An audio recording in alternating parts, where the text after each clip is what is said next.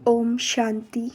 आज 6 मार्च 2026 के बाबा के मधुर महावाक्य सुनेंगे।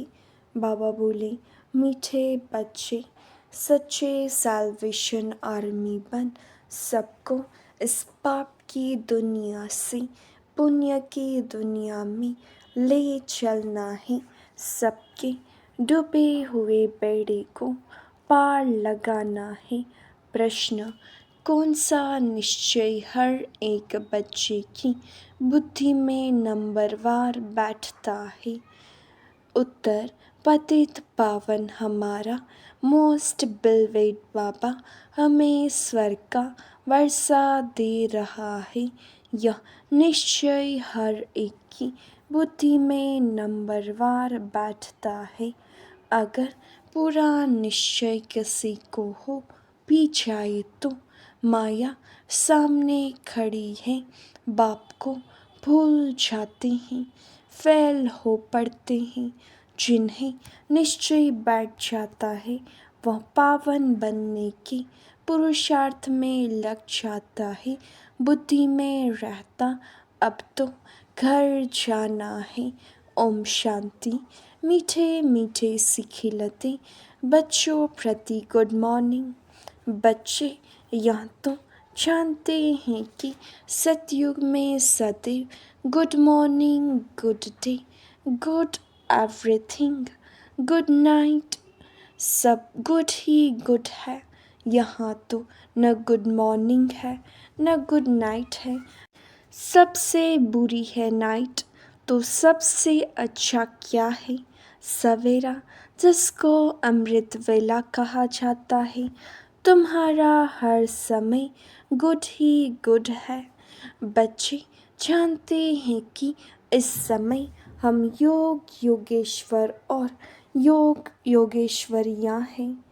ईश्वर जो तुम्हारा बाप है वह आकर योग सिखलाते हैं, अर्थात तुम बच्चों का एक ईश्वर के साथ योग है।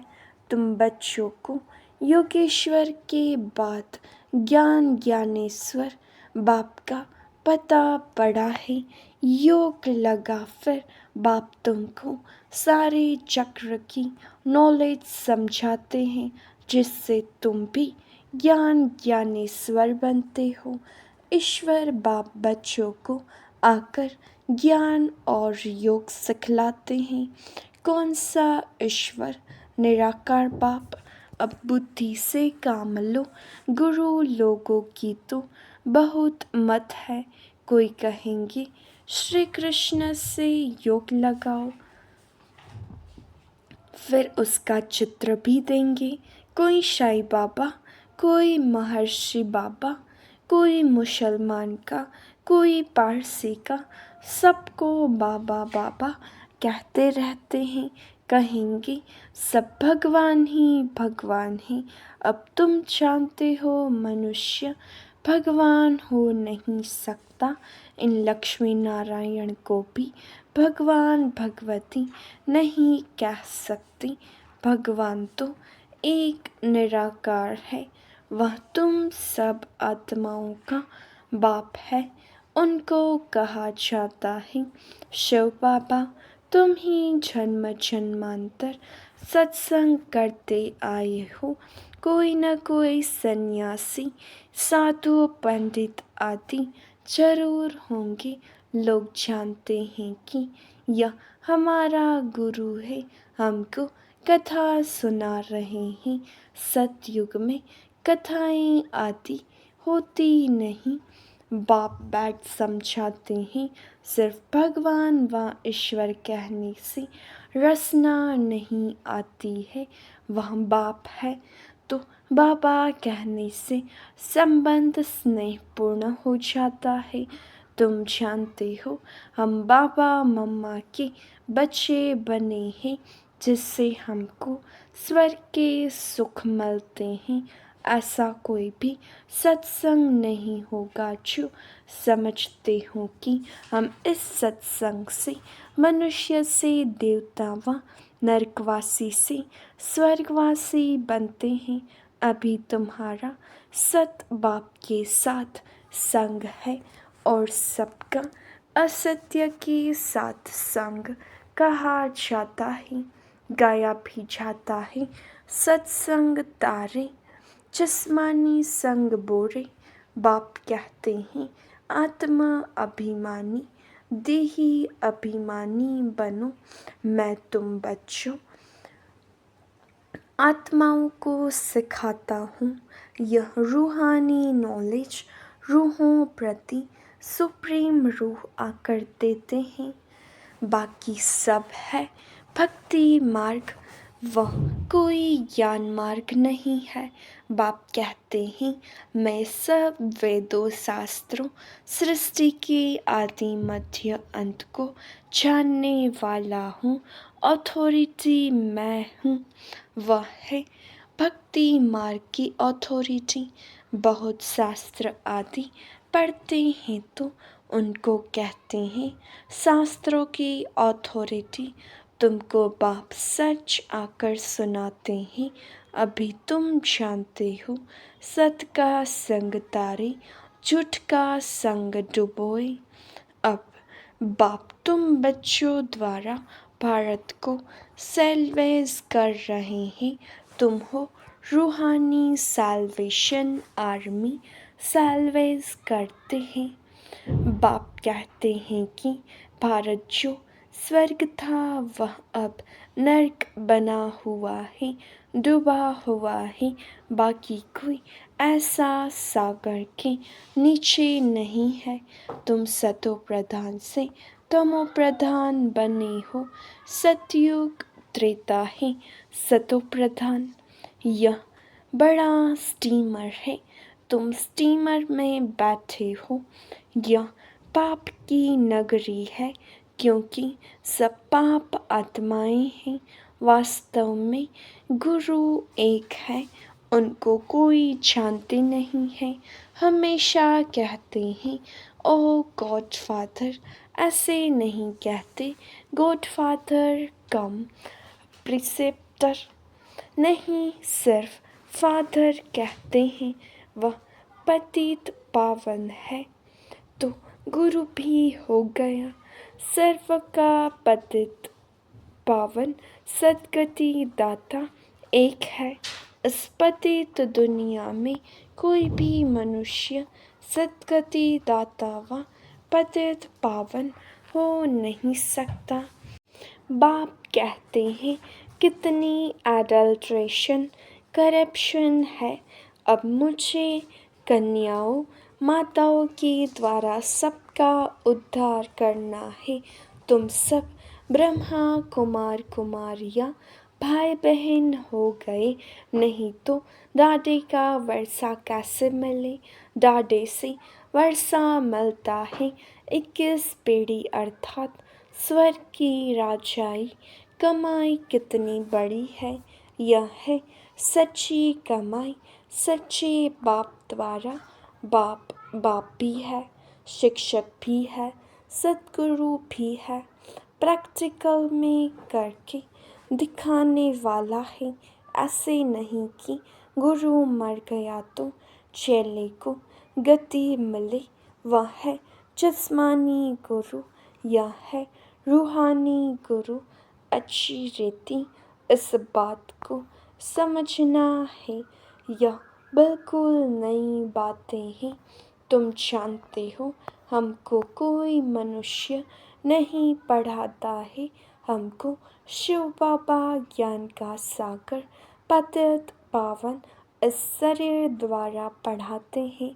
तुम्हारी बुद्धि शिव बाबा तरफ है, उस सत्संगों में मनुष्य तरफ बुद्धि जाएगी। वह सब है भक्ति मार्ग। अब तुम गाते हो तुम मात पिता हम बालक तेरे, यह तो एक है ना। परंतु बाबा कहते हैं कि मैं कैसे आकर तुमको अपना बनाऊं। मैं तुम्हारा पिता हूँ तो इनके तन का आधार लेता हूँ। तो यह ब्रह्मा हमारी स्त्री भी है, तो बच्चा भी है। इन द्वारा शिव बाबा बच्चों को अडॉप्ट करते हैं तो यह बड़ी मम्मा हो गई। इनकी कोई माँ नहीं है। सरस्वती को जगत अम्बा कहा जाता है। उनको तुम्हारी संभाल करने के लिए मुकर्रर किया। सरस्वती ज्ञान ज्ञानेश्वरी यह है छोटी मम्मा। यह बड़ी गुह्य बातें हैं। तुम अभी यह गुह्य पढ़ाई पढ़ रहे हो। तुम्हें विद रिस्पेक्ट पास होना है। यह लक्ष्मी नारायण विद रिस्पेक्ट पास हुए हैं। उन्हों को सबसे बड़ी स्कॉलरशिप मिली है। कोई सजा खानी नहीं पड़ी। बाप कहते हैं जितना हो सके याद करो इसको। भारत का प्राचीन योग कहा जाता है। बाप कहते हैं तुमको सभी वेदों शास्त्रों का सार सुनाता हूँ। मैंने तुमको राजयोग सिखाया जिससे तुमने प्रारब्ध पाई। फिर ज्ञान खलास हो गया। फिर परंपरा कैसे चल सकता। वहाँ कोई शास्त्र आदि होते नहीं और धर्म वाले इस्लामी बौद्धि आदि जो है उनका ज्ञान गुम नहीं होता। उन्हों का परंपरा चलता है सबको मालूम है। परंतु बाप कहते हैं कि मैं तुमको जो ज्ञान सुनाता हूँ वह कोई नहीं जानते। भारत दुखी बन जाता है। उनको आकर सदा सुखी बनाता हूँ। बाप कहते हैं मैं साधारण तन में बैठा हूँ। तुम्हारा बुद्धि योग बाप के साथ रहे। आत्माओं का बाप है परम पिता परमात्मा सर्व बच्चों का वह बाप है। उनके सब बच्चे ठहरे ना। सब आत्माएं इस समय पतित हैं। बाप कहते हैं मैं प्रैक्टिकल में आया हूँ। विनाश सामने खड़ा है। जानते हो आग लगेगी। सबके शरीर खत्म हो जाएंगे। सब आत्माओं को जाना है वापस घर। ऐसे नहीं कि ब्रह्म में लीन हो जाएंगी वह ज्योति में समा जाएंगी। ब्रह्म समाजी फिर ज्योति जगाते हैं। उनको ब्रह्म मंदिर कह देते हैं। वास्तव में है ब्रह्म महतत्व जहाँ सब आत्माएं रहती हैं। हमारा पहले मंदिर वह है। पवित्र आत्माएं वहाँ रहती है। यह बातें कोई मनुष्य समझते नहीं। ज्ञान का सागर बाप बैठ तुम बच्चों को समझाते हैं कि अब हो तुम ज्ञान ज्ञानेश्वर। फिर बनते हो राज राजेश्वर। तुम्हारी बुद्धि में है कि पतित पावन मोस्ट बिलवेड बाबा आकर हमको स्वर्ग का वर्षा दे रहे हैं। कईयों की बुद्धि में यह भी बैठता नहीं है। इतने बैठे हैं इनमें कोई 100% निश्चय बुद्धि नहीं है। कोई 80% है। कोई 50% है। कोई वह भी नहीं। वह तो बिल्कुल फेल्यूर हुआ। नंबरवार जरूर है। बहुत है जिनको निश्चय नहीं है। कोशिश करते हैं कि निश्चय हो जाए। अच्छा निश्चय हो भी जाए परंतु माया कड़ी है। बाबा को भूल जाते हैं। यह ब्रह्मा खुद कहते हैं कि मैं पूरा भगत था। 63 जन्म भक्ति की है। त्वं तुमने भी दरअसल जन्म भक्ति की है, 21 जन्म सुख पाया फिर भगत बने हो। भक्ति की बात है वैराग्य, सन्यासी लोग भी यह अक्षर सब कहते हैं कि ज्ञान भक्ति और वैराग्य। उन्हों को वैराग्य आता है घर बार से, उसको हद का वैराग्य कहा जाता है, और तुम्हारा है बेहद का वैराग्य। सन्यासी घर बार छोड़ जंगल में चले जाते थे, अब तो कोई जंगल में है ही नहीं, सब कुटियाएं खाली पड़ी है, क्योंकि पहले सतो प्रधान थे, अब वह तमो प्रधान हो गए हैं। अब उन्हों में कोई ताकत नहीं है। लक्ष्मी नारायण की राजधानी में जो ताकत थी वह पुनर्जन्म लेते लेते अब देखो वे कहाँ आकर पहुँचे हैं। कुछ भी ताकत नहीं है। यहाँ की गवर्नमेंट भी कहती है हम धर्म को नहीं मानते, धर्म में ही बहुत नुकसान है। लड़ते झगड़ते कॉन्फ्रेंस करते रहते कि सभी धर्म वाले एक मत हो जाए, लेकिन पूछो एक कैसे हो सकेंगे। अभी तो सब वापस जाने वाले हैं। बाबा आया है यह दुनिया अब कब्रिस्तान बनने है। बाकी यह तो वैरायटी ज़ाड़ है, सो एक कैसे होगा कुछ भी समझते नहीं। भारत में एक धर्म था, उनको कहा जाता अद्वैत मत वाले देवताएं, द्वैत माना दैत्य। बाबा कहते तुम्हारा यह धर्म बहुत सुख देने वाला है। तुम जानते हो कि पुनर्जन्म ले हमको फिर 84 जन्म भोगने हैं। निश्चय हो कि हमने ही 84 जन्म भोगे हैं, हमको ही जाना है और फिर आना है। भारतवासियों को ही समझाते हैं कि तुमने 84 जन्म पूरे किए हैं, अब तुम्हारा यह बहुत जन्मों के अंत का जन्म है। सिर्फ एक को नहीं कहते, पांडव सेना को समझाते हैं कि तुम पंडे हो, तुम रूहानी यात्रा सिखलाते हो, इसलिए पांडव सेना कहा जाता है। राज्य अब न कौरवों का न पांडवों का है, वह भी प्रजा तुम भी प्रजा हो।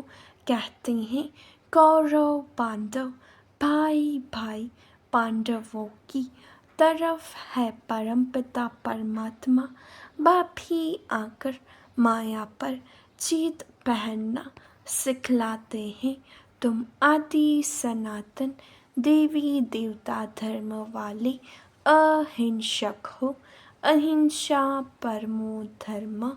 मुख्य बात है काम कटारी नहीं चलाना है।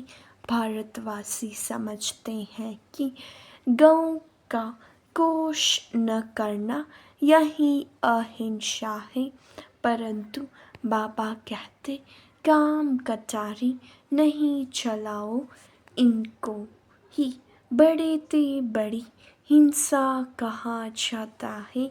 सतयुग में न काम कटारी न लड़ाई झगड़ा चलता है, यहाँ तो दोनों है। काम कटारी ही आदि मध्य अंत दुख देती है। तुम सीढ़ी उतरते हो 84 जन्म तुम भारतवासियों ने लिए हैं। इन लक्ष्मी नारायण का राज्य था, फिर पुनर्जन्म लेते हो।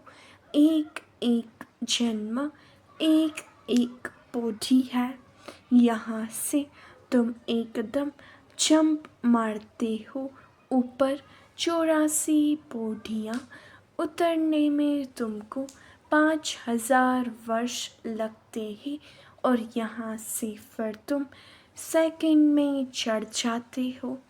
सेकंड में जीवन मुक्ति कौन देता? बाप। अब सब एकदम पट में पड़े हैं। अब बाप कहते हैं सिर्फ मुझे याद करो, यह बुद्धि में याद रखना है। अब नाटक पूरा हुआ, हमको वापस घर जाना है। हमको अपने बाप को और घर को याद करना है। पहले बाबा को याद करो, वहीं तुमको घर का रास्ता बताते हैं। बाप की याद से विकर्म विनाश होंगे। ब्रह्म को याद करने से एक भी पाप कटेंगे नहीं। पतित पावन परमात्मा ही है, वह कैसे पावन बनाते हैं यह दुनिया में कोई समझ नहीं सकते। बाप को आकर स्वर्ग की स्थापना जरूर करनी है। बाप आया है तो तुम बच्चे जयंती मनाते हो। कब आया यह नहीं कह सकते कि इस घड़ी इस तिथि तारीख आया। शिव बाबा कब आया कैसे कह सकते? साक्षात्कार बहुत होते हैं। पहले हम सर्वव्यापी समझते थे या कह देते थे आत्मा सो परमात्मा है। अब यथार्थ मालूम हुआ है। बाबा दिन प्रतिदिन गुह्य बातें सुनाते रहते हैं। तुम साधारण बच्चे कितनी बड़ी नॉलेज पढ़ रहे हो। अच्छा, मीठे मीठे सिखिलते बच्चों प्रति माता पिता बाप दादा का याद प्यार और गुड मॉर्निंग। रूहानी बाप की रूहानी बच्चों को नमस्ते। हम रूहानी बच्चों की रूहानी बाप दादा को याद प्यार नमस्ते, गुड मॉर्निंग, ओम शांति। शुक्रिया बाबा, शुक्रिया। धारणा के लिए मुख्य सार। पहली पॉइंट, विद रिस्पेक्ट पास होने के लिए सजाओं से छूटने का पुरुषार्थ करना है। याद में रहने से ही स्कॉलरशिप लेने के अधिकारी बन सकेंगे।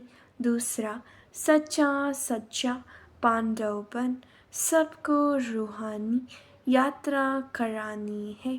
किसी भी प्रकार की हिंसा नहीं करनी है।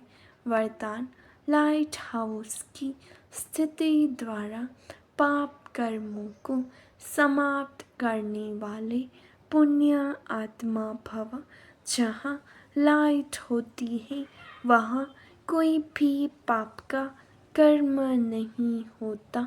तो सदा लाइट हाउस स्थिति में रहने से माया कोई पाप कर्म नहीं करा सकती।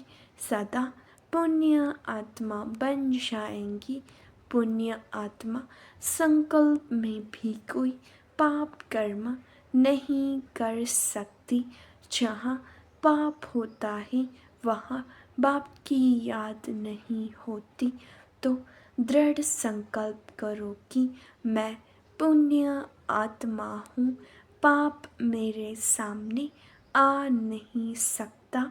स्वप्न व संकल्प में भी पाप को आने न दो। स्लोगन, जो हर दृश्य को साक्षी होकर देखते हैं वहीं सदा हर्षित रहते हैं। अव्यक्त इशारे, निश्चय के फाउंडेशन को मजबूत कर सदा निर्भय और निश्चिंत रहो। निश्चय बुद्धि बच्चे सदा हर्षित और निश्चिंत रहते हैं। चिंता खुशी को खत्म करती है और निश्चिंत है तो सदा खुशी रहेगी। जब किसी भी बात में क्यों हुआ, कैसे हुआ, क्या होगा, यह प्रश्न आते हैं तब चिंता होती है। क्या, क्यों, कैसे, ये चिंता की लहर है। कई फिर कहते कि मेरे से ही क्यों होता है, मेरे पीछे ये बंधन क्यों है, मेरे पीछे माया क्यों आती है, मेरा ही हिसाब किताब कड़ा है क्यों, तो क्यों आना माना चिंता की लहर। जो इन चिंताओं से परे हैं वही निश्चिंत है। अच्छा, ओम शांति।